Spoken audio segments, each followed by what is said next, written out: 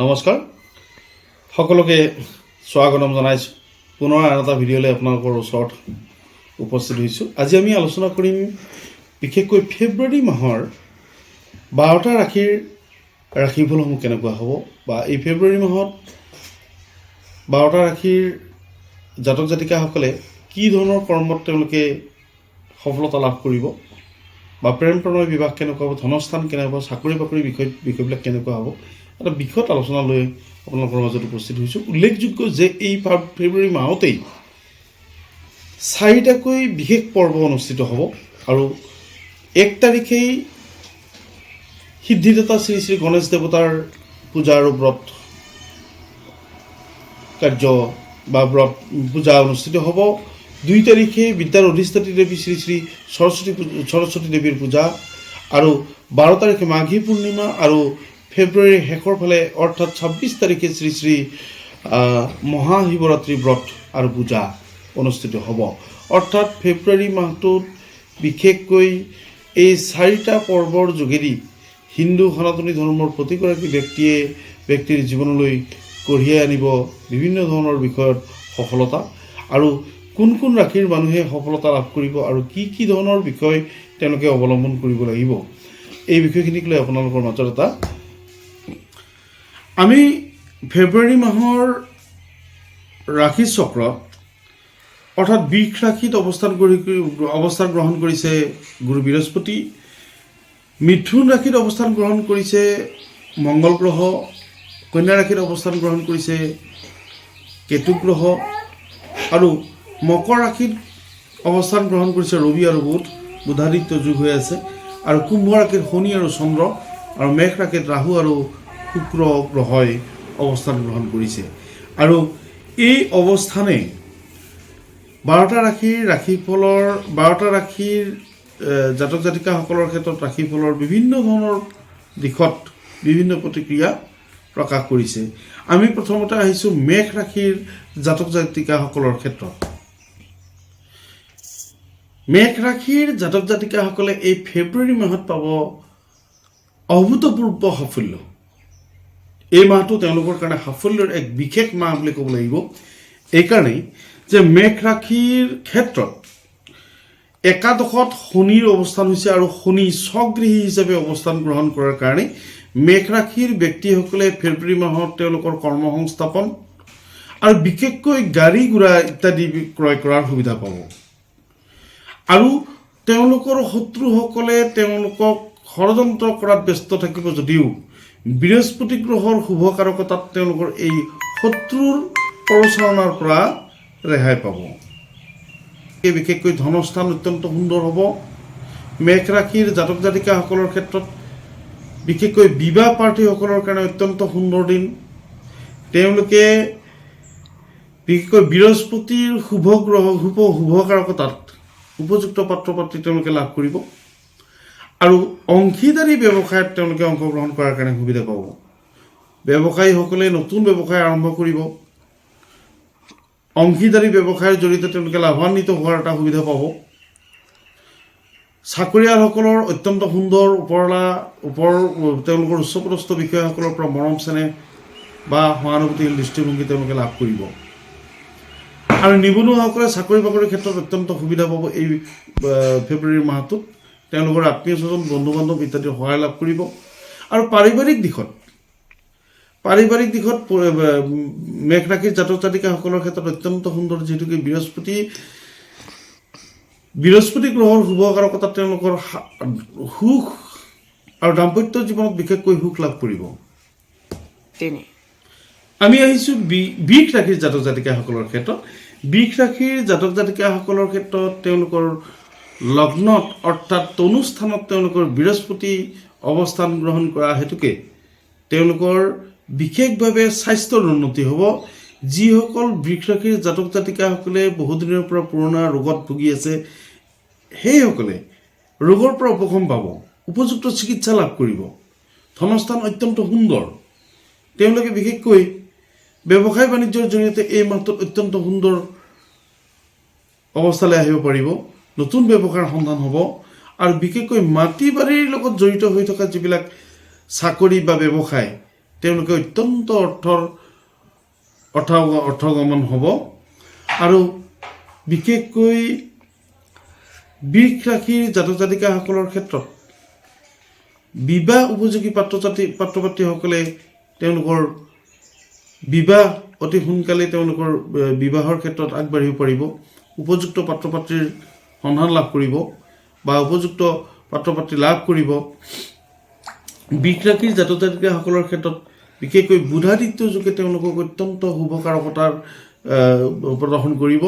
তেওঁলোকৰ ব্যৱসায় বাণিজ্য, চাকৰি বাকৰি বা অন্যান্য দিশত নিবনুৱাসকলে তেওঁলোকৰ চাকৰি বাকৰি সুবিধা পাব, মাত্ৰ শত্ৰুতা লাভ কৰিব। পঞ্চম স্থানত কেতু গ্ৰহৰ অৱস্থান হেতুকে বিনা কাৰণতে মানুহৰ লগত কাজিয়া পেচাল হ'ব পাৰে, শত্ৰুতা হ'ব পাৰে আৰু শত্ৰুপক্ষই তেওঁক দমন কৰিবৰ কাৰণে বিভিন্ন ষড়যন্ত্ৰত লিপ্ত হ'ব পাৰে।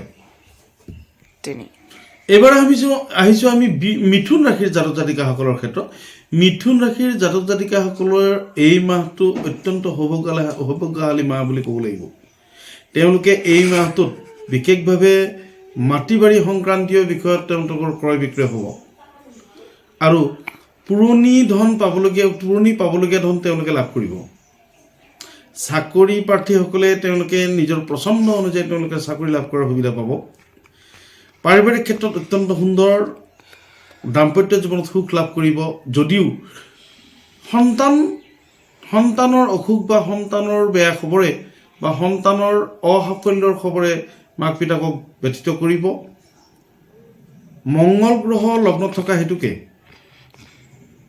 শাৰীৰিকভাৱে কিছু অসুবিধা পাব। কফ, তেজৰ লগত সম্পৰ্কিত বেমাৰ বা নাৰ্ভৰ প্ৰব্লেম, এই ধৰণৰ সমস্যা মিথুন ৰাশিৰ জাতক জাতিকাসকলে পাব। কিন্তু আৰ্থিক দিশৰ ক্ষেত্ৰত মিথুন ৰাশিৰ জাতক জাতিকাসকলে অত্যন্ত সুন্দৰ এটা সুবিধা পাব। নতুন ব্যৱসায় তেওঁলোকে লাভ কৰিব পাৰিব বা বিশেষভাৱে মাটি বাৰীৰ লগত জড়িত হৈ থকা ব্যৱসায় বা মাটি বাৰীৰ লগত জড়িত হৈ থকা চাকৰি, এই ধৰণৰ সুবিধাবিলাক মিথুন ৰাশিৰ জাতক জাতিকাসকলে লাভ কৰিব। মিথুন ৰাশিৰ জাতক জাতিকাসকলে নতুনকৈ বিনিয়োগ কৰিব পাৰিব। ব্যৱসায়ৰ ক্ষেত্ৰত নতুন বিনিয়োগে তেওঁলোকক লাভান্বিত কৰিব। প্ৰতিযোগিতামূলক পৰীক্ষাত পৰীক্ষাৰ্থীসকলে কৃতকাৰ্যতা লাভ কৰিব। ধনস্থান অত্যন্ত উন্নত, তেওঁলোকৰ ধনাগম হ'ব আৰু বিবাহ প্ৰাৰ্থীসকলৰ কাৰণে অত্যন্ত সুন্দৰ।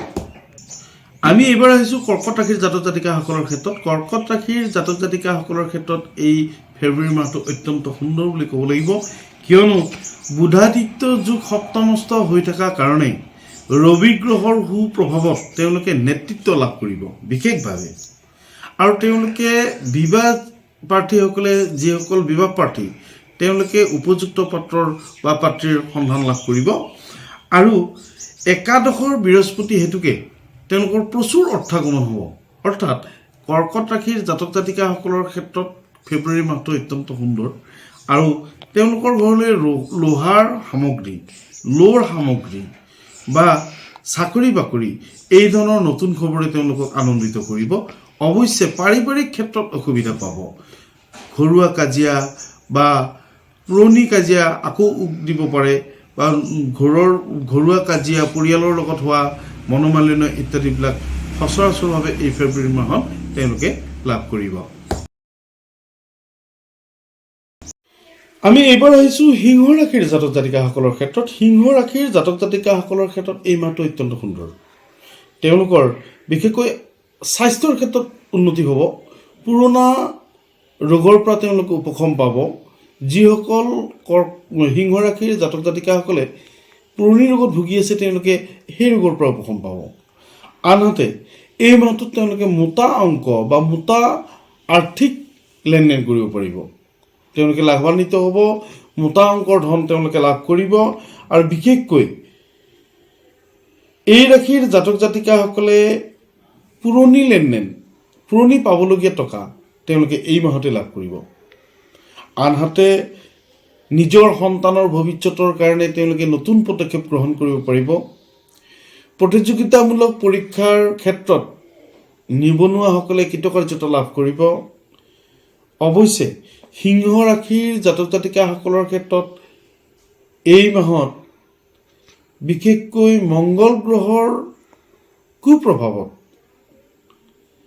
তেওঁলোকে সাধাৰণ দুৰ্ঘটনা বা আৰ্থিক ক্ষেত্ৰত অসুবিধা বা ব্যৱসায় বাণিজ্যৰ ক্ষেত্ৰত লোকচানৰ সন্মুখীন হ'ব পাৰে বা চাকৰিয়ালসকলৰ ক্ষেত্ৰত বিশেষকৈ উচ্চপদস্থ বিষয়াৰ দ্বাৰা লাঞ্ছিত হ'ব পাৰে বা অপমানিত হ'ব পাৰে। এই ধৰণৰ বিষয়খিনিত কিন্তু সাৱধান হৈ থকাটো অত্যন্ত যুগুত। জাতক জাতিকাসকলৰ ক্ষেত্ৰত ধনুৰাশিৰ জাতক জাতিকাসকলে মা লক্ষ্মীৰ কৃপাত বা মা লক্ষ্মীৰ আশীৰ্বাদত তেওঁলোকে প্ৰচুৰ ধনৰ অধিকাৰী হ'ব। ফেব্ৰুৱাৰী মাহটোত তেওঁলোকে কোনো শুভ অনুষ্ঠান অংশগ্ৰহণ কৰাৰ বাৰে বাৰে সুবিধা পাব এই মাহটোত। আৰু ধনুৰাশিৰ জাতক জাতিকাসকলৰ ক্ষেত্ৰত বিশেষকৈ বন্ধু বৰ্গ বা পৰিয়াল সমন্বিত বিষয় গোটেই ব্যক্তিসকলে তেওঁলোকৰ লগত সুসম্পৰ্ক বজাই ৰাখিব। তাৰ লগে লগে আৰ্থিক লেনদেনৰ ক্ষেত্ৰত অত্যন্ত সুন্দৰ, তেওঁলোকে বিনিয়োগ কৰিব পাৰিব। আৰু চাকৰি বাকৰিৰ ক্ষেত্ৰত যিসকল পৰীক্ষাৰ্থীয়ে পৰীক্ষা দিছে সেইসকলে সফলতা লাভ কৰিব। কৰ্মক্ষেত্ৰত লাভৱান হ'ব, আৰ্থিক দিশত অত্যন্ত সুন্দৰ। বিয়া বাৰুৰ ক্ষেত্ৰত তেওঁলোকে উপযুক্ত পাত্ৰ পাত্ৰীৰ সন্ধান কৰিব। বিশেষকৈ তেওঁলোকৰ আকৰ্ষণীয় ব্যৱহাৰৰ কাৰণে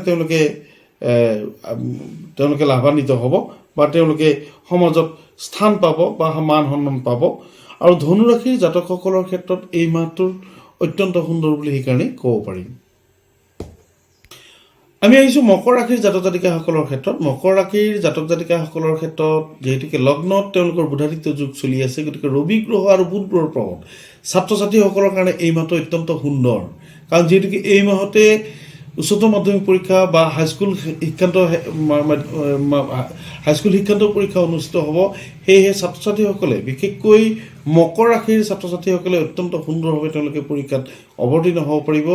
ৰবি গ্ৰহৰ কাৰকতাত তেওঁলোকৰ সুদক্ষতা বা তেওঁলোকৰ নেতৃত্ব তেওঁলোকে প্ৰকাশমান কৰিব। আৰু বুধ গ্ৰহৰ প্ৰভাৱত তেওঁলোকে বিদ্যাৰ ক্ষেত্ৰত যথেষ্টখিনি আগবাঢ়িব পাৰিব। ব্যৱসায়ীসকলে অত্যন্ত সুন্দৰ পৰিস্থিতিৰ মোকাবিলা কৰিব। তেওঁলোকে বিশেষকৈ ৰবি গ্ৰহৰ প্ৰভাৱত বিশেষকৈ ধাতুৰ ব্যৱসায় কৰা ব্যক্তিসকলে লাভান্বিত হ'ব। চাকৰি প্ৰাৰ্থীসকলে এই মাহত চাকৰিৰ ক্ষেত্ৰত সফলতা লাভ কৰিব। নতুন কোম্পানী। এইবাৰ আহিছোঁ আমি ধনুৰাশিৰ জাতক জাতিকাসকলৰ ক্ষেত্ৰত। ধনুৰাশিৰ জাতক জাতিকাসকলে মা লক্ষ্মীৰ কৃপাত বা মা লক্ষ্মীৰ আশীৰ্বাদত তেওঁলোকে প্ৰচুৰ ধনৰ অধিকাৰী হ'ব। ফেব্ৰুৱাৰী মাহটোত তেওঁলোকে কোনো শুভ অনুষ্ঠান অংশগ্ৰহণ কৰাৰ বাৰে বাৰে সুবিধা পাব এই মাহটোত। আৰু ধনুৰাশিৰ জাতক জাতিকাসকলৰ ক্ষেত্ৰত বিশেষকৈ বন্ধু বৰ্গ বা পৰিয়াল সমন্বিত বিষয় গোটেই ব্যক্তিসকলে তেওঁলোকৰ লগত সুসম্পৰ্ক বজাই ৰাখিব। তাৰ লগে লগে আৰ্থিক লেনদেনৰ ক্ষেত্ৰত অত্যন্ত সুন্দৰ, তেওঁলোকে বিনিয়োগ কৰিব পাৰিব। আৰু চাকৰি বাকৰিৰ ক্ষেত্ৰত যিসকল পৰীক্ষাৰ্থীয়ে পৰীক্ষা দিছে সেইসকলে সফলতা লাভ কৰিব। কৰ্মক্ষেত্ৰত লাভৱান হ'ব, আৰ্থিক দিশত অত্যন্ত সুন্দৰ। বিয়া বাৰুৰ ক্ষেত্ৰত তেওঁলোকে উপযুক্ত পাত্ৰ পাত্ৰীৰ সন্ধান কৰিব। বিশেষকৈ তেওঁলোকৰ আকৰ্ষণীয় ব্যৱহাৰৰ কাৰণে তেওঁলোকে লাভান্বিত হ'ব বা তেওঁলোকে সমাজত স্থান পাব বা মান সন্মান পাব। আৰু ধনুৰাশিৰ জাতকসকলৰ ক্ষেত্ৰত এই মাহটোৰ অত্যন্ত সুন্দৰ বুলি সেইকাৰণে ক'ব পাৰিম। আমি আহিছোঁ মকৰ ৰাশিৰ জাতক জাতিকাসকলৰ ক্ষেত্ৰত। মকৰ ৰাশিৰ জাতক জাতিকাসকলৰ ক্ষেত্ৰত যিহেতুকে লগ্নত তেওঁলোকৰ বুধাদিত্য যুগ চলি আছে, গতিকে ৰবি গ্ৰহ আৰু বুধ গ্ৰহৰ প্ৰভাৱ ছাত্ৰ ছাত্ৰীসকলৰ কাৰণে এই মাহটো অত্যন্ত সুন্দৰ। কাৰণ যিহেতুকে এই মাহতে উচ্চতৰ মাধ্যমিক পৰীক্ষা বা হাইস্কুল শিক্ষান্ত পৰীক্ষা অনুষ্ঠিত হ'ব। সেয়েহে ছাত্ৰ ছাত্ৰীসকলে বিশেষকৈ মকৰ ৰাশিৰ ছাত্ৰ ছাত্ৰীসকলে অত্যন্ত সুন্দৰভাৱে তেওঁলোকে পৰীক্ষাত অৱতীৰ্ণ হ'ব পাৰিব। ৰবি গ্ৰহৰ কাৰকতাত তেওঁলোকৰ সুদক্ষতা বা তেওঁলোকৰ নেতৃত্ব তেওঁলোকে প্ৰকাশমান কৰিব। আৰু বুধ গ্ৰহৰ প্ৰভাৱত তেওঁলোকে বিদ্যাৰ ক্ষেত্ৰত যথেষ্টখিনি আগবাঢ়িব পাৰিব। ব্যৱসায়ীসকলে অত্যন্ত সুন্দৰ পৰিস্থিতিৰ মোকাবিলা কৰিব। তেওঁলোকে বিশেষকৈ ৰবি গ্ৰহৰ প্ৰভাৱত বিশেষকৈ ধাতুৰ ব্যৱসায় কৰা ব্যক্তিসকলে লাভান্বিত হ'ব। চাকৰি প্ৰাৰ্থীসকলে এই মাহত চাকৰিৰ ক্ষেত্ৰত সফলতা লাভ কৰিব। নতুন কোম্পানী বা নতুন ডাঙৰ কোম্পানীয়ে তেওঁলোকক আমন্ত্ৰণ জনাব। বিশেষকৈ ইঞ্জিনিয়াৰিং লাইনত থকা যুৱক যুৱতীক সফলতা লাভ কৰিব। আমি আহিছোঁ কুম্ভ ৰাশিৰ জাতক জাতিকাসকলৰ ক্ষেত্ৰত। কুম্ভ ৰাশিৰ জাতক জাতিকাসকলৰ ক্ষেত্ৰত শনি যিহেতুকে স্বগৃহী হৈ আছে, শনি স্বগৃহী হৈ থকাৰ কাৰণে তেওঁলোকৰ সাহস, তেওঁলোকৰ উদ্যম নিশ্চয়কৈ বাঢ়িব। আৰু বিশেষকৈ শনিৰ শুভ কাৰকতাৰ কাৰণে লোহাৰ সামগ্ৰীৰ লগত জড়িত হৈ থকা বিষয়বস্তুত তেওঁলোকে মন দিব পাৰিব বা লোহাৰ সামগ্ৰী তেওঁলোকৰ ঘৰলৈ আহিব গাড়ী ঘোঁৰাৰ লগত জড়িত হৈ থকা ব্যক্তিসকলে লাভান্বিত হ'ব বা ইঞ্জিনিয়াৰিং লাইনত থকা যিসকল চাকৰিয়াল তেওঁলোকে লাভান্বিত হ'ব তেওঁলোকে পদোন্নতি লাভ কৰিব ওপৰলা বিষয়ৰ লগত তেওঁলোকৰ সহানুভূতিশীল দৃষ্টিভংগী অটুট থাকিব আৰু আমি একেবাৰে শেষত আহিছোঁ মীন ৰাশিৰ জাতক জাতিকাসকলৰ ক্ষেত্ৰত মীন ৰাশিৰ জাতক জাতিকাসকলৰ ক্ষেত্ৰত বিশেষকৈ শুক্ৰ আৰু বৃহস্পতিৰ ক্ষেত্ৰ বিনিময় যুগৰ কাৰণে মীন ৰাশিৰ জাতক জাতিকাসকলে সাফল্যতা বা সুফল লাভ কৰিব শুক্ৰৰ কাৰণে তেওঁলোকে মান সন্মান লাভ কৰিব বিশেষকৈ চিকিৎসা বিজ্ঞানৰ লগত জড়িত হৈ থকা ছাত্ৰ ছাত্ৰীসকলে কৃতকাৰ্যতা লাভ কৰিব আৰু শুক্ৰৰ শুভকাৰকতাত বিশেষকৈ বৈবাহিক সম্বন্ধৰ ক্ষেত্ৰত মীন ৰাশিৰ জাতক জাতিকাসকলে এই মাহত সফলতা লাভ কৰিব অৱশ্যে ৰাহু লগ্নত থকাৰ কাৰণে কিছু ক্ষেত্ৰত বাধা আৰোপ হ'ব আৰু পেটৰ বিষৰ সৃষ্টি হ'ব পাৰে মীন ৰাশিৰ জাতক জাতিকাসকলৰ ক্ষেত্ৰত প্ৰিয় বন্ধু বান্ধৱীসকল আমি ফেব্ৰুৱাৰী মাহৰ আটাইকেইটা ৰাশিৰ কেনেধৰণে তেওঁলোকৰ প্ৰতিক্ৰিয়া হ'ব এই বিষয় লৈ পেলাই আপোনালোকৰ আগত ভিডিঅ'টি আগবঢ়াইছোঁ ভিডিঅ'টি শেষলৈ চাব আৰু ভিডিঅ'টি যদি ভাল পায় এটা লাইক কৰি দিব আৰু ওম নমঃ শিৱায় বুলি কমেণ্টত লিখিবলৈ নাপাহৰিব ধন্যবাদ